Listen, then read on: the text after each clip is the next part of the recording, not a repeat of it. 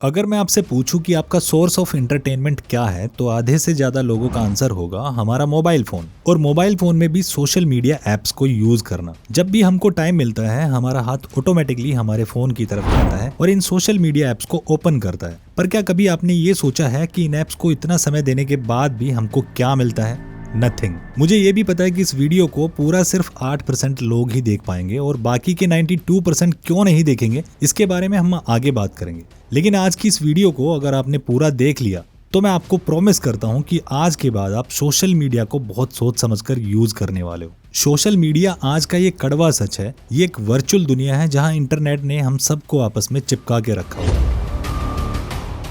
लेकिन आज मैं आपको सोशल मीडिया की कुछ ऐसी काली सच्चाइयों के बारे में बताऊंगा जिनसे आप आज तक अनजान हो। पेंडेमिक के बाद की गई एक रिसर्च से ये सामने आया था कि एक आम इंसान का एक दिन का स्क्रीन टाइम 7 घंटे से भी ज्यादा का हो चुका है। वहीं journal of American medical association की स्टडी ने बताया कि जो युवा एक दिन में 3 घंटे से ज्यादा सोशल मीडिया को यूज करता है उसको मेंटल हेल्थ प्रॉब्लम होने के चांस 35% तक बढ़ जाते हैं। लेकिन इन ऐप्स को बनाने वाली कंपनियां आपका इस्तेमाल करके हर दिन और ज्यादा अमीर और पावरफुल बनती जा रही है। आप देखो कि इस दुनिया में जो अमीरों की लिस्ट है ना, उसमें टेक बिलियनियर्स का नाम टॉप पर ही रहता है। जैसे फेसबुक के मार्क जुकरबर्ग, गूगल के लैरी पेज, टिकटॉक के ओनर जहांग यमिंग, अमेजोन के फाउंडर और सीईओ जेफ बेजोस। ये लोग आज टॉप पर है क्योंकि इन्होंने फ्री में लोगों के मोबाइल पर ही एंटरटेनमेंट दे दिया। फिर उस फ्री के एंटरटेनमेंट की लत तो लोगों को लगनी ही थी। 2022 में सोशल मीडिया का ग्लोबली मार्केट साइज था $194 बिलियन।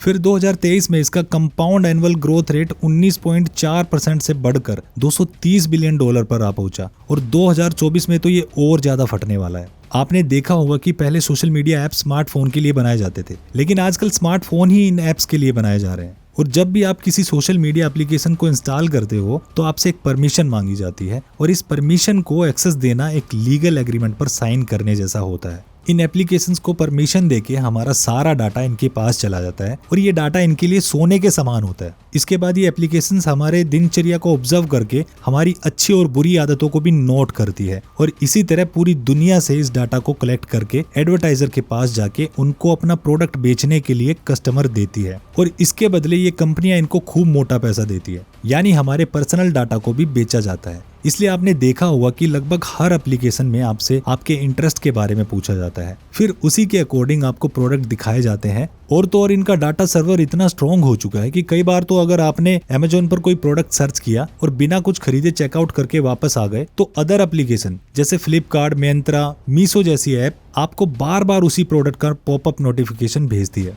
और मैंने तो एक बार सिर्फ कॉल पर अपने एक फ्रेंड से माइक खरीदने के बारे में बात करी थी, उसके बाद ये लोग मुझे माइक बेचने लगे थे। मुझे लगभग हर ऐप से अलग अलग नोटिफिकेशन आने शुरू हो गए थे, यानी हमारी कॉल्स भी सुनी जा रही है। आप सोच सकते हो कि सोशल मीडिया ने हमको किस तरह से घेरा हुआ है। आज सोशल मीडिया के बिना जीवन की कल्पना करना भी मुश्किल है।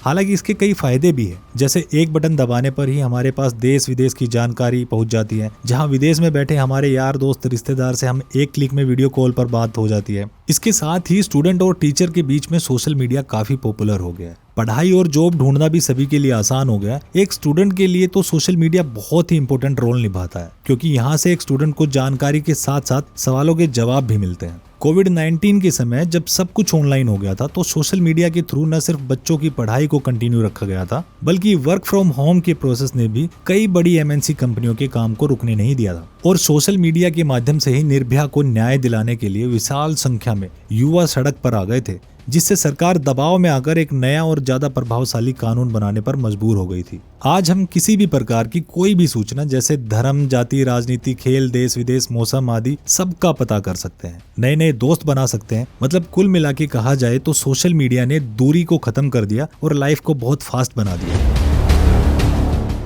लेकिन अब बात करें सिक्के के दूसरे पहलू की, यानी सोशल मीडिया से होने वाले नुकसानों की, तो सोशल मीडिया ऐप्स को ज्यादा यूज करने से हम सब युवा एक कॉमन प्रॉब्लम में फंसते जा रहे हैं और वो है स्मॉल अटेंशन स्पैन। वीडियो की शुरुआत में मैंने जिन 92% लोगों की बात की थी वो इस ट्रैप में फंस चुके हैं। आज ज्यादातर लोगों के लिए किसी भी काम को एक लंबे समय में पूरा करना बहुत मुश्किल होता जा रहा है। जैसे किसी टफ सिचुएशन में जल्दी गिव अप कर देना, पढ़ाई और घर के कामों में कंसंट्रेट न कर पाना, बल्कि बहुत से लोग तो एक 3 घंटे की मूवी को भी एक साथ कंसंट्रेट करके नहीं देख पाते। उनको थोड़ी थोड़ी देर में अपना मोबाइल चेक करना होता है। और बहुत से लोग तो यूट्यूब वीडियोस को भी 2x में करके देखते हैं। यानी आजकल लोगों का अटेंशन स्पैन कितना कम हो चुका है, और इसकी सबसे बड़ी वजह है शॉर्ट कंटेंट का आसानी से मिलना। पिछले कुछ समय में सोशल मीडिया पर शॉर्ट कंटेंट आग की तरह फैल चुका है। लोगों को अब इसमें इतना मजा आने लगा है कि यूजर के सामने हर एक मिनट में नया कंटेंट आता है, और वो एक कंटेंट को स्वाइप करके अगले कंटेंट पर पहुंच जाता है, जिसको देखने से यूजर को एंटरटेनमेंट मिलता है और उसके माइंड में डोपामाइन रिलीज होता है। डोपामाइन हमारे ब्रेन में मौजूद एक ऐसा केमिकल है जो प्लेजर मिलने पर रिलीज होता है,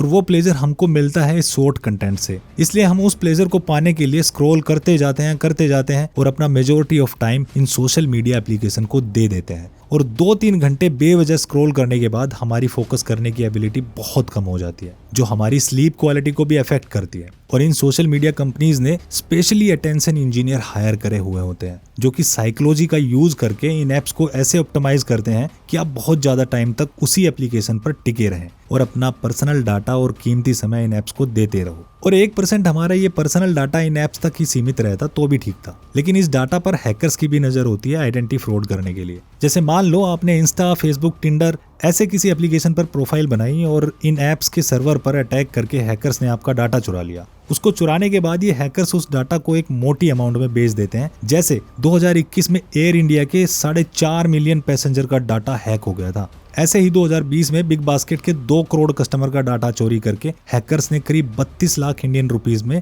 डार्क वेब पर यह डाटा बेच दिया था। और स्मॉल अटेंशन स्पैन के बाद जो दूसरी सबसे बड़ी चीज युवाओं को घेरे हुए है वो है सोशल वैलिडेशन, जहां हम रियल लाइफ में तो कुछ और होते हैं लेकिन इंटरनेट पर कुछ और होने का प्रिटेंड करते हैं। इंटरनेट पर अपलोडेड हमारी फोटोज और वीडियोस के हिसाब से हम एक हैप्पी पर्सन है और अल्फा मेल है, लेकिन हमारी रियल लाइफ इसके बिल्कुल अपोजिट है। कुछ लाइक्स और कमेंट्स की भूख हमसे हमारी ओरिजिनलिटी को ही छीन रही है, और इसका फायदा हो रहा है इन एप्स को। जैसे कि कई सारे लोग एक दूसरे को स्नैपचैट पर स्नैप भेजते हैं ताकि वो अपनी स्नैप स्ट्रिक को मेंटेन करके रख सके, और अगर आपकी स्ट्रिक किसी दिन मिस हो जाती है तो स्नैपचैट ने इसका फायदा उठाने के लिए एक नया फीचर लॉन्च किया है, जिससे आप कुछ पैसे देकर इस ब्रोकन स्ट्रिक को वापस से रिस्टोर कर सकते हो। देखिए, यहाँ तक तो हमने बात करी प्रॉब्लम्स की, तो इसका सोल्यूशन क्या है वो समझते हैं।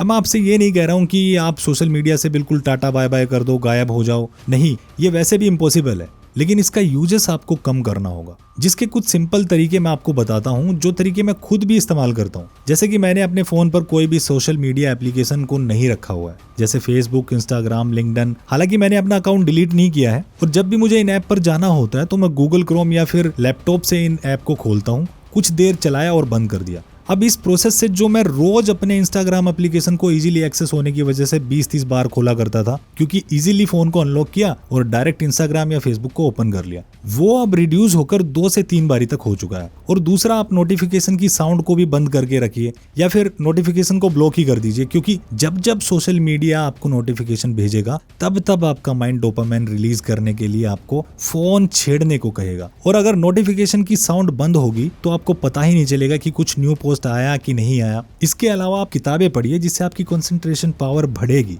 और आप कहीं ना कहीं इंटरनली स्ट्रांग होंगे। और सोशल मीडिया का इस्तेमाल करने से पहले ध्यान से उसके सकारात्मक और नकारात्मक पहलुओं की जांच करें, क्योंकि इस बात को डिनाई नहीं किया जा सकता कि यदि बुद्धिमानी से सोशल मीडिया का उपयोग किया जाए तो सोशल मीडिया हमारे लिए वरदान साबित हो सकता है। और ये उस चाकू की तरह है जो कि किसी डॉक्टर के पास होगा तो किसी की जान बच सकती है, वही अगर किसी कातिल के हाथ में होगा तो किसी की जान जा भी सकती है। अब ये आपके ऊपर है कि आप इस चाकू का कैसे इस्तेमाल करते हो। यहाँ तक वीडियो देखने के लिए आपका बहुत बहुत शुक्रिया, और अगर आप यहाँ तक आ ही गए हो तो ये भी देख लो।